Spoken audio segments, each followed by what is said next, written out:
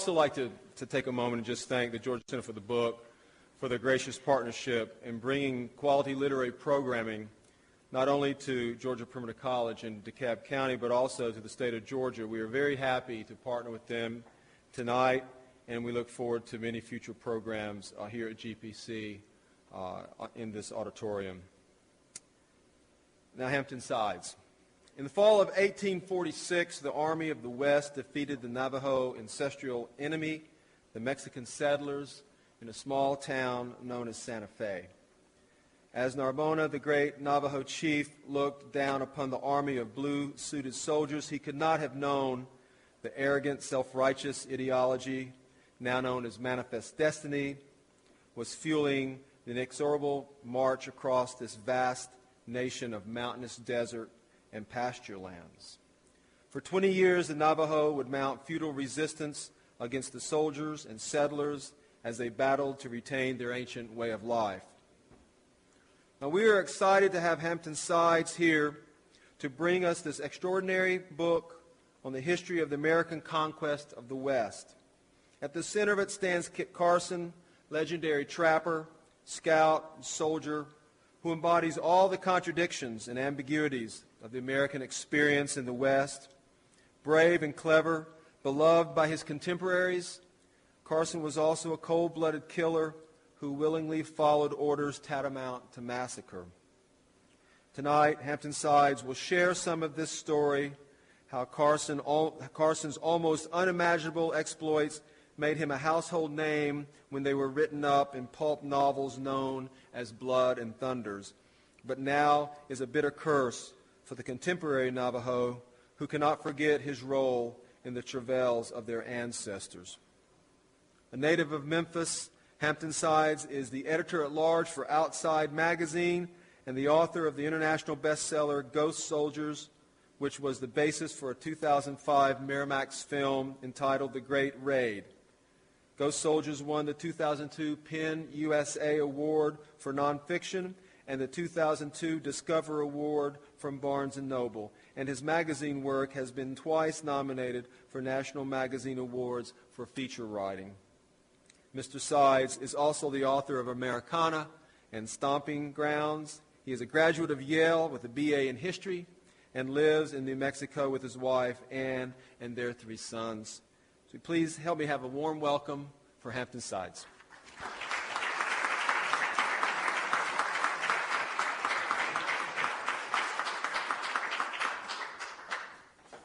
Hi. Thank you for having me. I did grow up in Memphis, and it's just good to be back in a place that has magnolias again. The Southern hospitality is something I sorely miss out in New Mexico. We started this book tour just yesterday. The book came out yesterday, and I did a signing in Albuquerque after having done a very private event 2 days before at Kit Carson's home and museum in Taos, New Mexico. Some of you may have been there.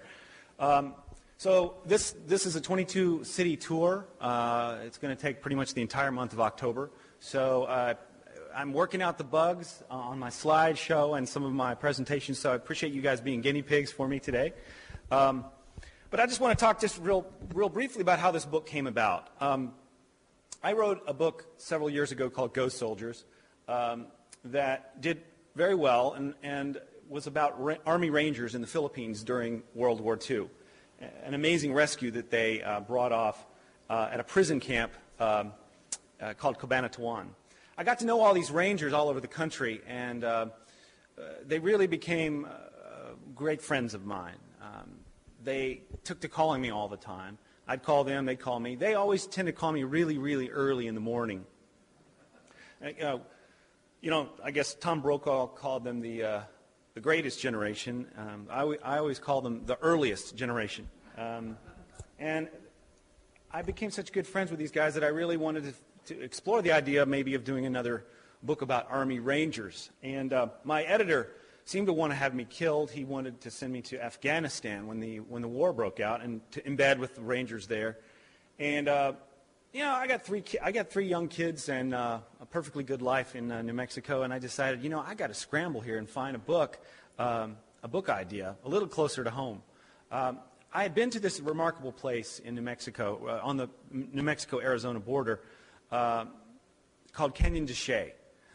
It's an amazing canyon that is often compared to sort of the feminine half of the Grand Canyon, or the mirror image of the Grand Canyon. It's much smaller, but in its own way, it's just as spectacular.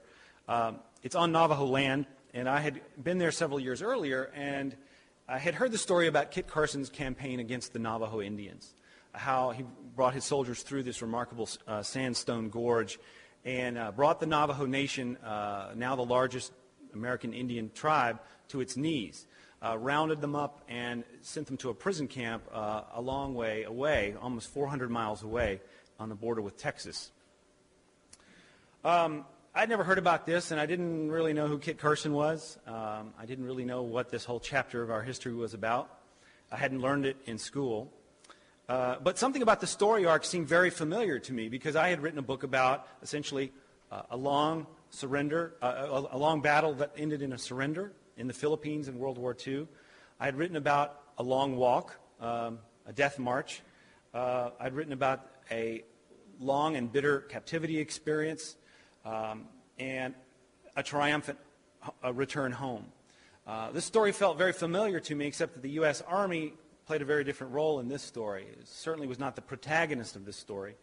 So that's how this all started. I really wanted to write about the Navajo Wars, a 4-year time span, fairly self-contained little book. But then I asked the obvious question, which is, Kit Carson, all right, famous guy. I think he was, maybe he was sort of an outlaw, or maybe a stage character in one of those Wild West shows. Who was this guy? Who was Kit Carson? The obvious question. And that's what took so long. It sent me on an odyssey of 5 years traveling in the footsteps of this man. I found out that he was infinitely more interesting than I could have imagined, that he had intersected with every major figure of consequence in the American West, that he had played all these different roles, pivotal roles in the expansion of the West, as a trapper, as an explorer, as a mountain man, as a soldier, as an Indian agent, and finally as a general, a man of much more substance than I could have ever imagined. And the odyssey that I went on trying to figure out who Kit Carson was made this book grow backwards in time. Instead of a 4-year time span, it became a book that is really 25, 30 years of development. A much more ambitious project than I really signed on for, and I think a much better book because of it. I want to walk you through some slides that I have. I think I can do this. I'm not really sure what happened to the image. It was up there, but it seems to be gone. Told you I had some bugs. Okay.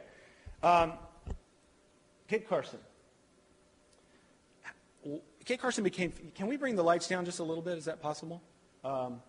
Kit Carson became famous in his own lifetime because of these terrible books that were published, these dime novels that were called Blood and Thunders. It was said that Kit Carson killed 2 Indians before breakfast. They were made-up stories about incredible exploits that never really happened. He certainly had an amazing life, and certainly a much more interesting life than these books depict. But interesting thing was, Kit Carson didn't give his consent to this at all. He didn't make a dollar off any of these books. No effort was made to find out any of the real facts about his life. He was not a self-promoter at all. He hated these books, and the ultimate irony was he couldn't read them because he was illiterate. And yet this is the reason why Kit Carson is so famous, and a large reason, one of the larger reasons why Kit Carson is hated now and reviled so widely in Indian country, because of images like that and assumptions that these stories were actually true. And those books were called Blood and Thunders, by the way, and that's where the title comes from. You would get your dime store novel, you get your next Blood and Thunder. They crank them out almost weekly or monthly. The Blood and Thunders led to these terrible, atrocious cartoon-type books and comic books. And this is why I think everybody kind of vaguely thinks they know who Kit Carson is, because of this fictional literature. Then of course, the terrible movies that came out starring Kit Carson. atrocious films. There's not been a good movie about him. So, this is kind of what I brought to the equation when I first started this project. This is about my level of understanding of who Kit Carson was. It was so bad that then they ran out of material on the real Kit Carson, so then they had to have his son, Kit Carson Jr. He's an even bigger badass. This is the real Kit Carson. One of the last photographs that was taken in his life about a month before his death in 1868. This photograph was taken in Washington, D.C. He is withering away. He has an aneurysm on his aorta and is in a lot of pain. But he wanted to get one last portrait of himself before he passed away. And this is the picture. Now, this is Kit Carson as a young man. The first known photograph we have of him. Many of these Blood and Thunders tried to portray Kit Carson as a dashing, handsome man, 6'8", torso like a tree trunk. As you can tell, he was not really a looker. I don't know who would play him in a movie. And it's so interesting that the people who wrote about him could not resist the urge to make him bigger, stronger, more dashing, more eloquent. He was a very plain-spoken man from Missouri. As I said, he was illiterate, just kind of an everyman. I think that's part of the fascination, was the kind of contradiction between his bumpkin, quiet demeanor and the grandeur of the landscapes that he had roamed all his life, and the sort of epic size of his narrative, of his life story. This one's a little fuzzy, but gives you a sense of, a different kind of look he had a little later in life. He grew his hair out. Understand, though, that, Kit Carson was not a cowboy. He didn't wear cowboy hats. He didn't wear cowboy boots. He wore buckskins. He didn't have revolvers. He typically using a Hawken rifle and a Green River skinning knife. And this is a pre-cowboy era. This is the pre-West, as I call it. If men were driving animals, they weren't driving cows. They were driving sheep. And if they were riding across the country, they were usually riding on mules. There was no barbed wire. There was no transcontinental trains. There was no Pony Express. This is the pre-West, when the American government and culture was just beginning to make an imprint on the West. Kit Carson came to Santa Fe as a boy, as a runaway, when he was 16 years old. His father had died when he was a young boy in Missouri, and he was apprenticed to make saddles in a small town in Missouri. He hated the work. It was very close, tedious, laborious work, and so he ran away from home, got on one of these caravans going west to Santa Fe, and never looked back. This is a lithograph of a caravan entering Santa Fe sometime in the 1840s. He didn't particularly like Santa Fe and made a beeline for Taos, which is about an hour and a half north of Santa Fe by driving. In those days, it would have been a 2-day ride on a horse. This became his home for the rest of his life, Taos. He liked Taos for a lot of reasons, but the main one was that it was the center of the fur trade in the Southwest. And he met some of these mountain men, these greasy old guys that knew the entire West, had wandered all over the drainages, all over the river systems of the West, and they were like a fraternity of men who captivated him. And he signed on with these guys and became one as fast as they would have him. He became famous among the mountain men for an incident that is depicted here. There was a duel with a French trapper named Chenard. Chenard was drunk and he was a bully, and he was at one of these mountain men rendezvous. He wanted to fight somebody, and Carson stepped up and said, that he would take him on. And it's not really clear whether he actually killed him or whether he just wounded him, but he won the duel, and it turned out, we believe, the historians who've studied this believe that this duel was over a woman. This is became Carson's first wife. She was Arapaho. Her name roughly translates singing grass. One of the ironies about Kit Carson now, and the fact that he's considered such a villain among American Indians, is that that Kit Carson was actually quite sympathetic toward American Indians. His first wife was Indian. They had 2 children. His second wife, after Singing Grass died, was Cheyenne. She kicked him out of her teepee, and what they call the Cheyenne divorce. And he then married a Hispanic woman. But he really empathized with Indian culture. He spoke 8 different Indian tongues and lived really more like an Indian than a white man for many of the years of his young adulthood. This is a photograph of an Arapaho encampment, and this is kind of the life Kit Carson led on the plains for the years when he was married to Singing Grass. His third wife was Hispanic from Taos, Josefa Jaramillo, 18 years his junior, a beautiful woman, was his wife for the rest of his life until the day she died. They had 8 children together, and this is a photo. We're not really sure which of the 8 children this is, but this is the only portrait we know that we have of Josefa. They were not wealthy at all. They lived in this little house in Taos, which still exists. And I told you I did a signing up there a couple of days ago. Just show this to illustrate the fact that I think many people think that Kit Carson must have become a great self-promoter. I mean, the guy was obviously famous, but he died destitute. He was not very good with money. I told you he didn't make a cent off any of those movies, or movies, of course not, but off of any of the Blood and Thunders. He was a terrible businessman. When you think about Kit Carson, you have to realize he's very different from Cody, who he's often compared to, who was one of the great self-promoters of all time with the Wild West shows and that sort of thing. The reason Kit Carson became famous was because of this man, John Charles Fremont, who called himself the Pathfinder. He was an Army topographer and led some very important early explorations into the American West along the Oregon Trail and through the river systems of California, across the Great Basin of Nevada.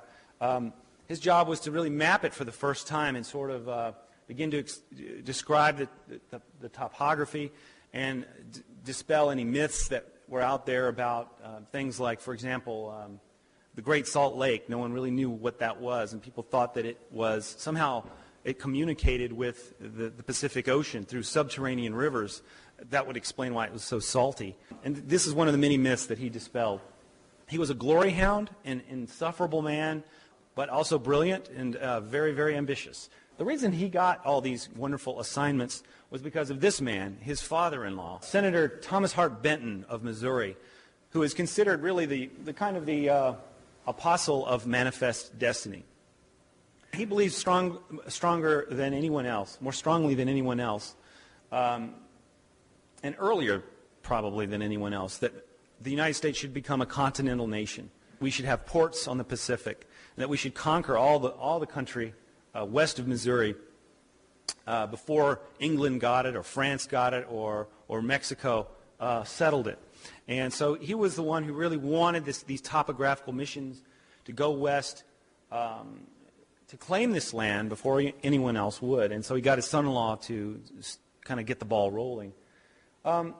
His daughter was Jessie Benton Fremont, and hopelessly devoted to her husband, John C. Fremont. Her main claim to fame in this story is that she was a great writer, and she took these raw expedition reports of her husband and turned them into something very readable and popular. And she had a real gift for prose. His expedition reports, thanks to her, became bestsellers in their day. And kind of the star of the show was Kit Carson. As the guide of all these explorations, Kit Carson had proved to be very savvy. He knew what to do. He kept the expedition on track and out of trouble. And he emerged as this kind of a mythic hero, even in those early expedition reports. This is the other proponent of manifest destiny that is important to note. The 11th President of the United States, James K. Polk from Tennessee. He was president during the Mexican War and was very bold in his ambition. He wanted to have all of the West. He wanted to have Texas. He wanted to have California and Oregon. And he was a dour man, completely joyless, no fun to be around, but very clear in his ambitions and very efficient, very effective. He said when he was elected that he would only serve 4 years, and he fulfilled his vow. He only served for, did I say live for 4 years? Only served for 4 years. Every one of his goals that he had set out for himself was achieved. Texas, was conquered. All the West was conquered. Oregon was the border with the northern territories with Great Britain was settled. He achieved all his objectives, and he went home to Tennessee after those 4 years and died within 3 months.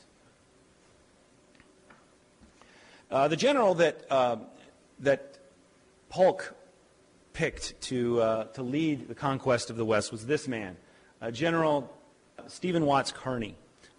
He marched from Fort Leavenworth, Kansas, all the way to California, and was one of the rare figures in the American West. This guy was actually a very reasonable man, a very smart man.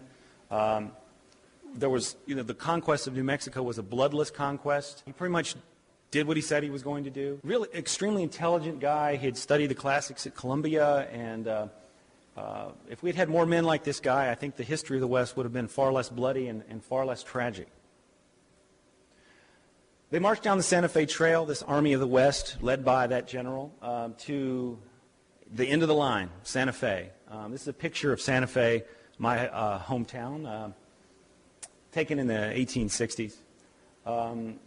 It's got a fabled name and a very kind of a mythic feel to it, but Santa Fe is really pretty, certainly then, was a very unpretentious, dusty provincial capital.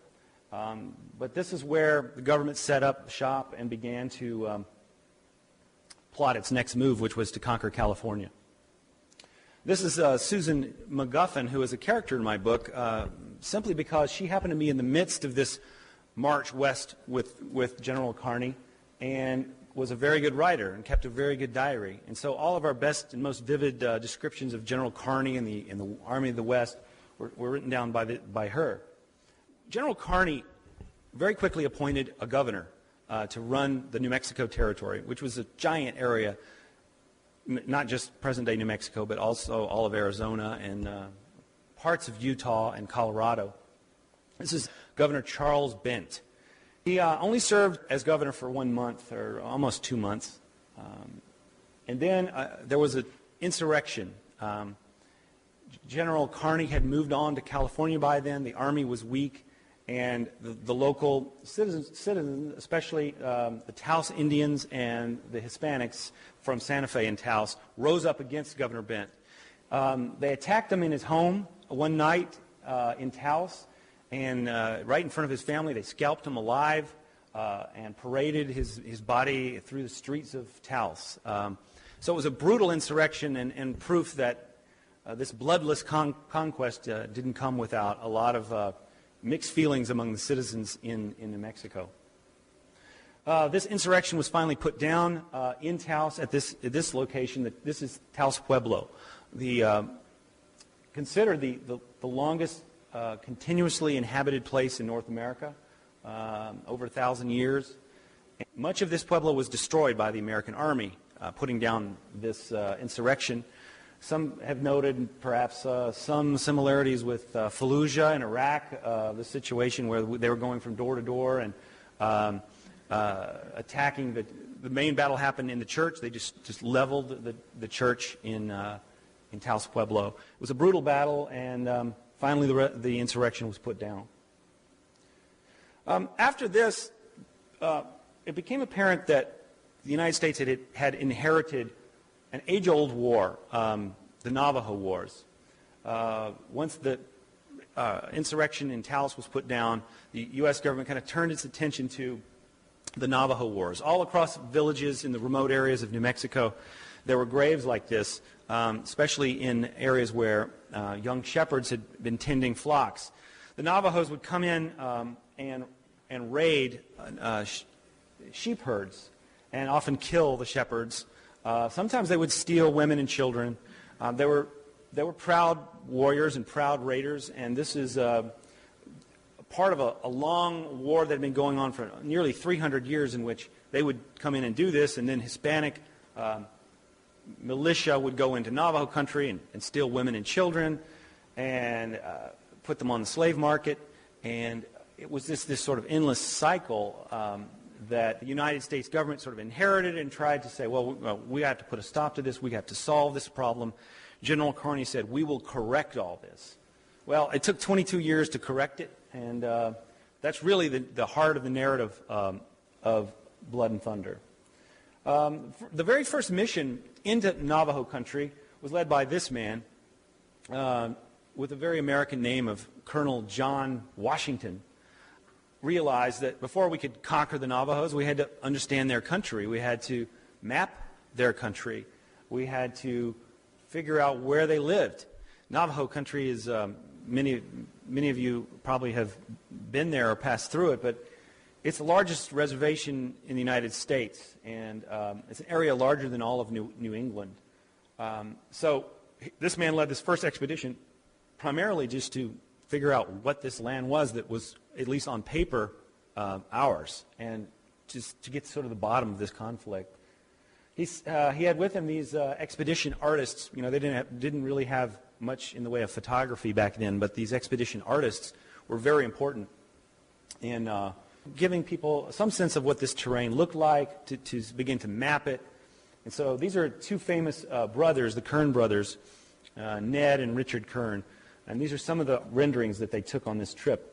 The one on the left is Mount Taylor, which is a giant mountain in western New Mexico, which is sacred to the Navajos, and the Navajos call it Blue Bead Mountain. They called it Mount Taylor after President Zachary Taylor. I guess kind of the first act of conquest is renaming, and that's what this mission was all about. They started renaming everything. On the right is a place called Chaco Canyon.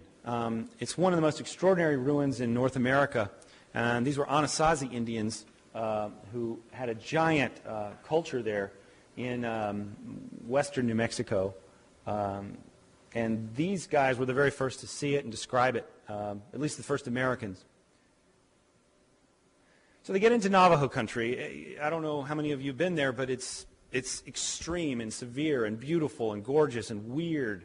And it really, the diaries of these soldiers, they're really at odds, just trying to describe this country and get their minds around it. It's very strange to them. This is Ship Rock, which is a very famous monolith in Navajo country. Other pictures of Navajo country. This is one of the Kern's early illustrations of Navajo country. Ship Rock again. The Navajos, of course, are world famous for weaving rugs, and this is a very early version, contemporary with the Kern and Washington expedition, of one of the Navajo chief blankets. Absolutely gorgeous, and they fetch unbelievable sums of money these days in Santa Fe. This is a picture of a Navajo a god from a Yabache ceremony. And this is the head, sort of the chief headman. The Navajos didn't really have chiefs exactly, but the word they use is headman, named Narbona, who was a Navajo elder that the expedition encountered. And within 2 hours of their meeting, somehow an argument broke out. Colonel Washington turned the artillery on the Navajo, and Narbona was killed. This is a rendering that was taken by the Kern brothers about an hour before his death. So kind of the very first encounter with the Navajo elder with the United States government. He was dead, and this really had an unimaginable sort of repercussions in the relationship between Americans and the Navajos.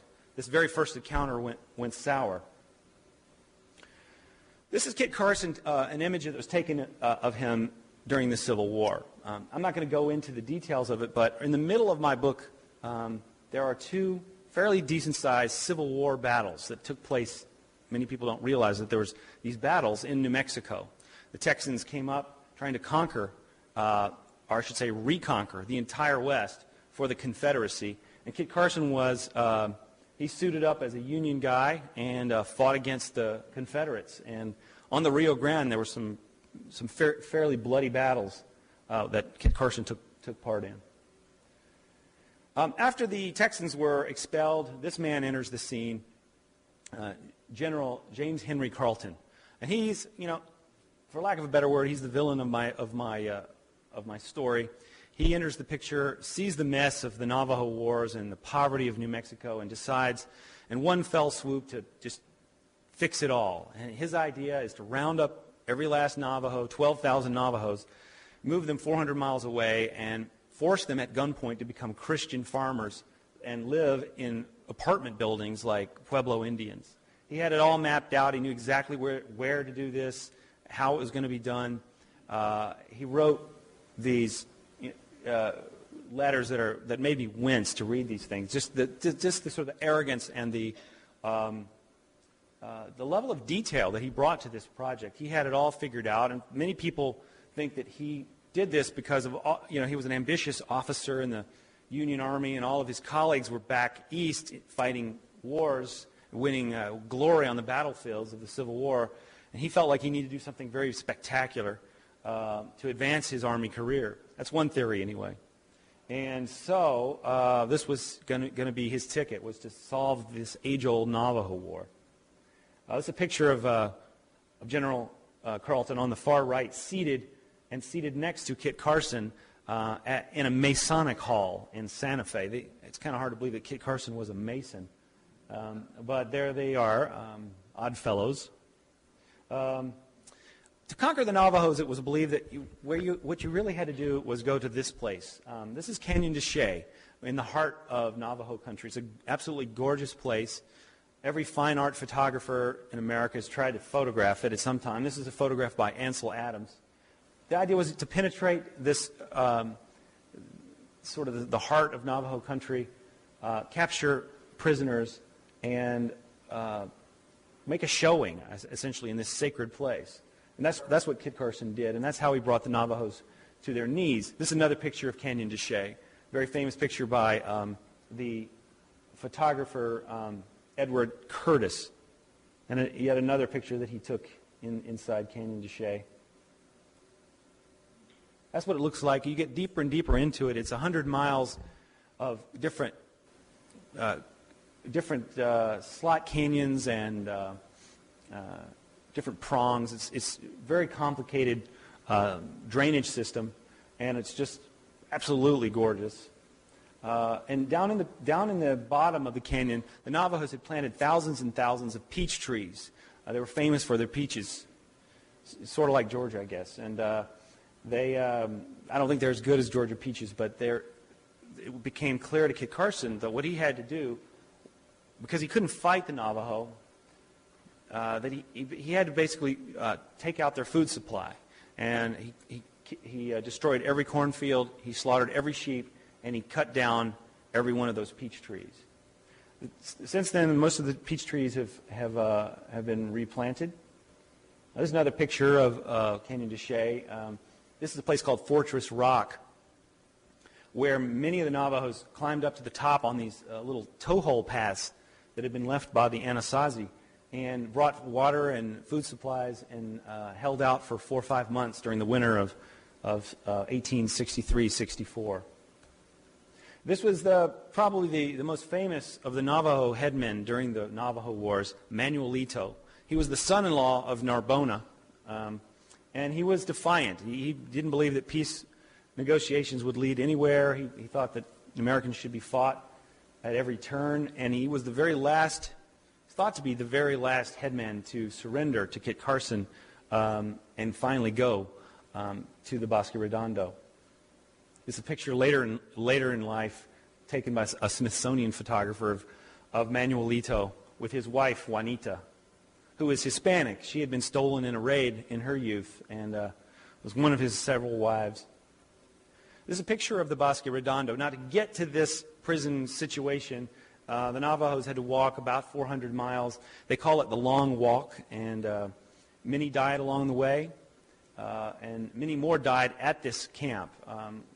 What happened essentially was that they planted a lot of corn, and the very first year they were very promising. They thought that the harvest was going to be a good one, and then a bug infested all of the corn, and the entire crop was destroyed, and the Navajos began to starve to death. After that, disease was rampant. It proved to be a terrible place because the water was alkaline. It wasn't good soil to grow on. It was just alien country, so different from the land that the Navajo knew. 9,000 Navajos were brought there. 3,000 died. So basically 1/3 of the tribe was wiped out in a few short years, mainly because of disease. There's another picture, one of the very few pictures we have of Bosque Redondo.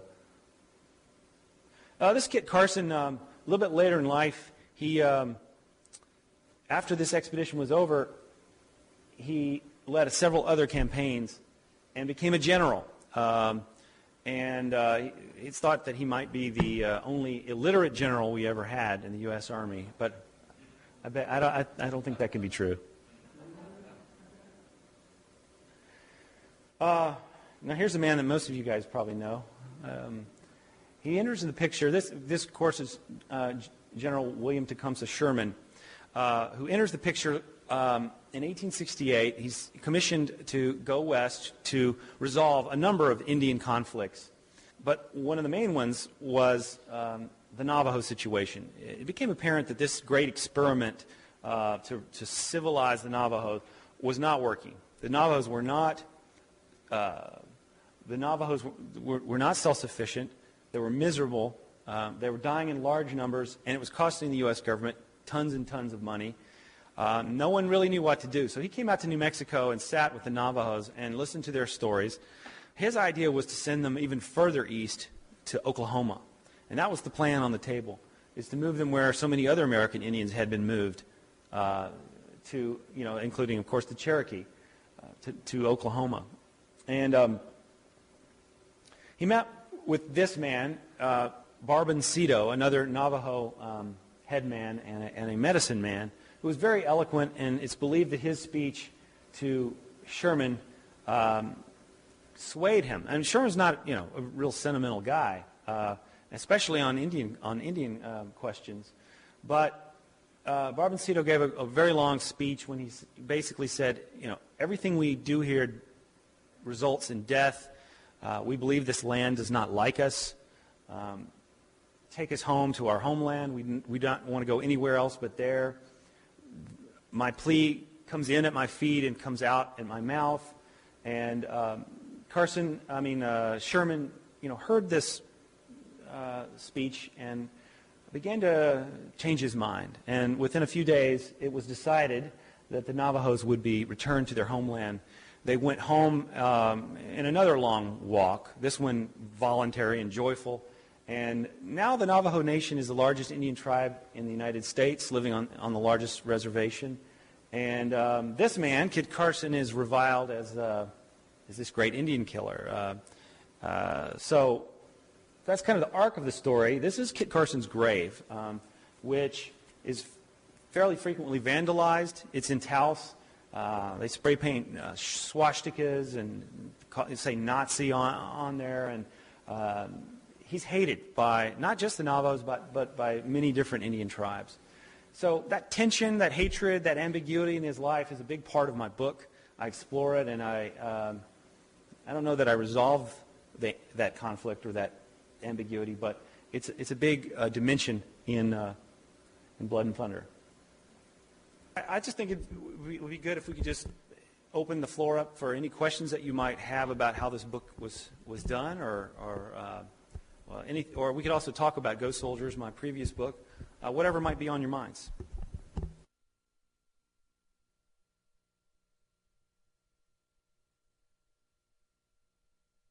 Well, it's a good question. Can you make a book in which the protagonist is both a hero and a villain? at the same time, which is kind of the way I came to think of him. I don't know. I mean, you know, if you were to walk into this room, I think that anyone here would find him endearing, would find him likable. All the stories about him were, you know, that he was very humble and he was very quick to give other people praise and credit. He was very shy about his celebrity. He had a wry sense of humor, and he really did understand the American West with a subtlety that very few people had in that day. And it's just some of the things that he did, some of the actions that he took part in.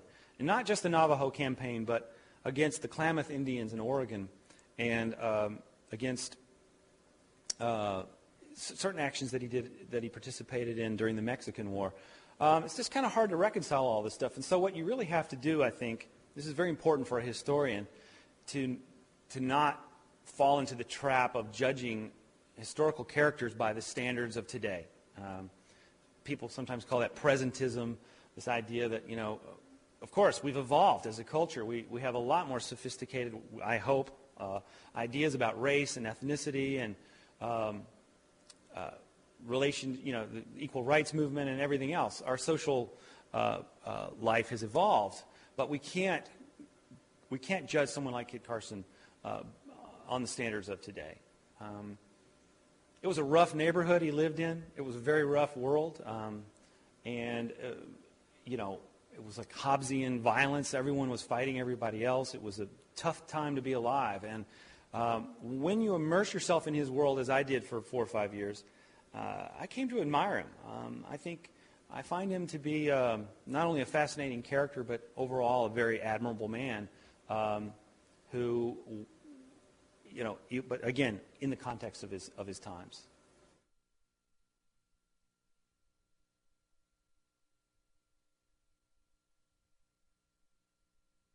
I don't know that following orders is you know, lets him off the hook morally.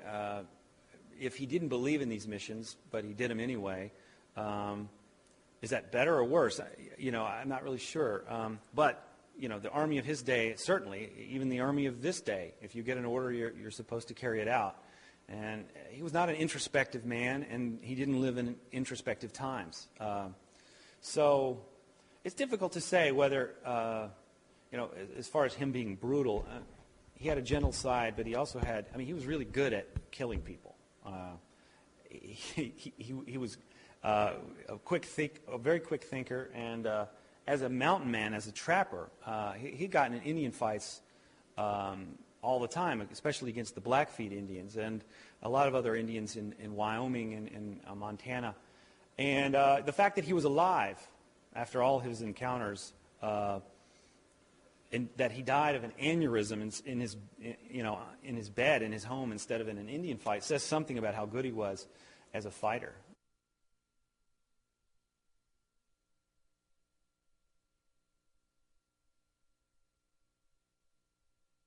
Well, the main time frame is 1846, which is when that Army of the West marches west to Santa Fe and California, to 1868, which is when Kit Carson dies, and also when the Navajos march home after their captivity experience.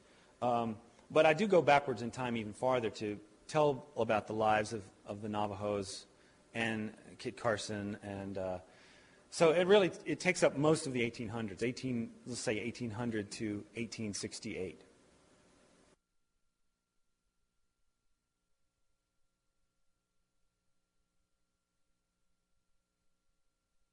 I doubt that Kit Carson knew the term manifest destiny. He wasn't a reader, and he wasn't a sophisticate. I doubt, even though he's one of the foremost field agents of manifest destiny, I don't think he knew. I never heard him use the term. I never saw in his dictated letters or his autobiography the term used. So I doubt he even knew it, which is kind of interesting. Some people have thought he was sort of like the henchman of manifest destiny. You know, the guy who just did the ugly deeds that were required to bring off this ideology. He's certainly one of the henchmen. Now, did he believe in it? Yeah, I mean, in a sense, I think he did. He was a patriot. He was like a super patriot. He believed in he believed in Republican values, and he believed, as so many people, especially from Missouri, did believe in this sort of inexorable surge of American culture that was just, it was inevitable. It was, and perhaps but the fact that it was inevitable has made it right.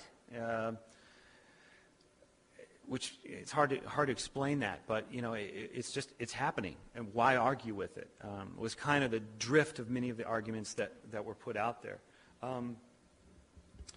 The term itself, manifest destiny, was coined by a newspaperman, and it just became a rallying cry. I mean, it wasn't an official policy of the U.S. government. I don't think Polk used it particularly.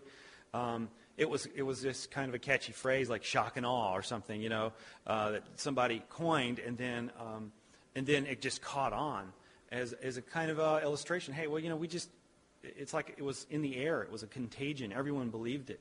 And we whipped ourselves up in a lot of ways with self-righteous ideology, in the sense that we believed that if we didn't do it, Great Britain was going to colonize California, or that France would. It's like we got to get there before someone else does. And so that was an element of all of this, was beating everybody to this great prize of the California ports.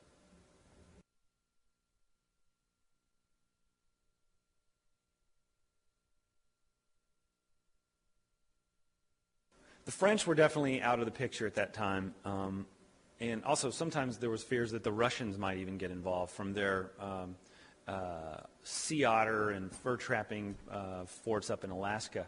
But Great Britain was somewhat legitimate fear. They were sniffing around in California a little bit. They certainly had a base in the Pacific Northwest. But